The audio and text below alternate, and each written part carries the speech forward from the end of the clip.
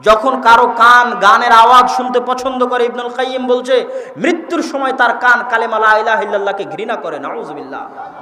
যার কান একবার গানের আওয়াজ শুনতে ভালোবাসে, মৃত্যুর সময় ওর কান কাকে ঘৃণা করে? কালেমা লা ইলাহা ইল্লাল্লাহকে ঘৃণা করে। তাহলে শয়তানকে আপনি চিনতে পারবেন না যতক্ষণ না শয়তানের শক্তি ক্ষমতা জানবেন।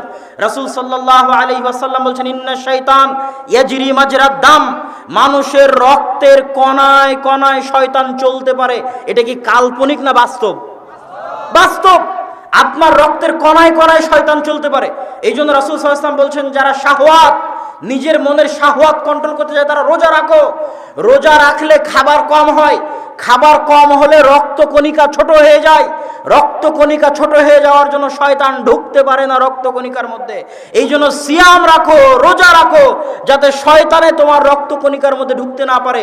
বেশি করে খাবা, পেট পূর্ণ করে খাবা, প্রত্যেকটা রক্তের কণায় কণায় বেশি করে শয়তান ঢুকবে, আর বেশি করে অলসতা কাজ করবে, বেশি করে গুনাহের কাজে লিপ্ত হবে।